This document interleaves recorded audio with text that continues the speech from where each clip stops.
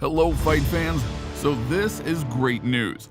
As you already know, UFC 279's main event was a fight between two living legends of MMA, Nate Diaz and Tony Ferguson.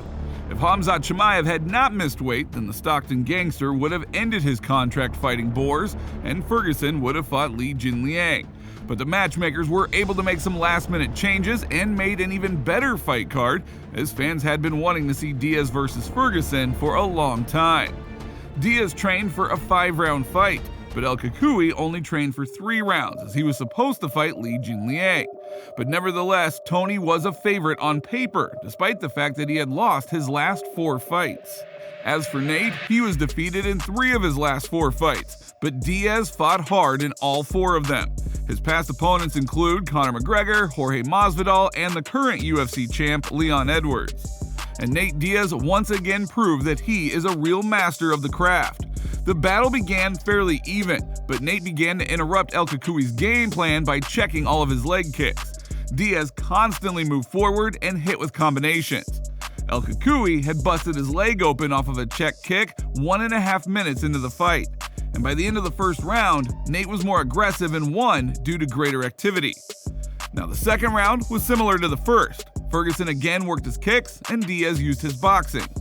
El-Kukuya clearly lost the second round, as in the last minute, Ferguson received a nasty cut above his eye. Tony was inferior to Diaz in the shootouts because he was constantly running away. But Nate had some fun with it and acted like he wasn't going to fight by leaning on the cage and making funny motions to Ferguson.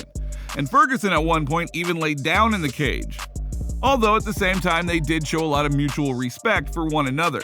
It was obvious that this was not the same bloodthirsty version of Tony Ferguson from the past. Instead, we saw a more plush version of El-Kukuya.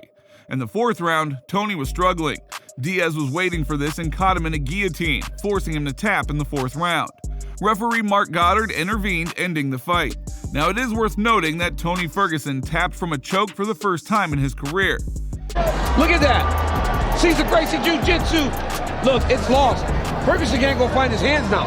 He starts to shove that up towards Tony's neck. Tony has no choice but to tap.